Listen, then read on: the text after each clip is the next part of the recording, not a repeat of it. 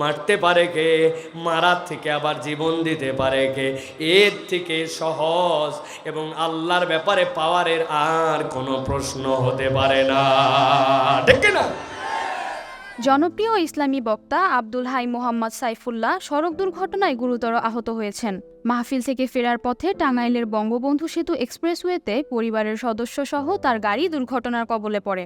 রোববার সকালে Abdul high সাইফুল্লাহর verified Facebook পেজে দুর্ঘটনার সত্যতা নিশ্চিত করে একটি পোস্ট দেওয়া হয়েছে।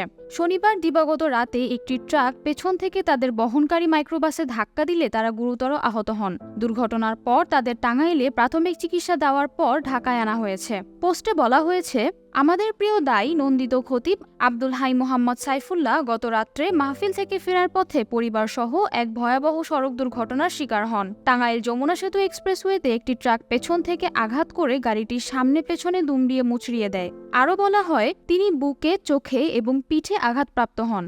আল্লাহর অসীম দয়ায় জ্ঞান ফিরেছে। টাঙ্গাইলে প্রাথমিক চিকিৎসা শেষে দ্রুত ঢাকায় নেওয়া হয়েছে। চোখের উন্নত চিকিৎসার জন্য ব্যবস্থা নেওয়া হচ্ছে। আল্লাহর মেহেরবানিতে এখন আশঙ্কা মুক্ত আছেন। পূর্ণ বিশ্রামে থাকতে বলা হয়েছে। নানান ধরনের সংবাদ ছড়িয়ে পড়েছে, অনেকেই আতঙ্কিত হচ্ছেন। আমরা চিকিৎসার পরবর্তী আপডেট জানাবো ইনশাল্লাহ। আশু আরোগ্য এবং পূর্ণ সুস্থতার জন্য দোয়ার মহতাজ।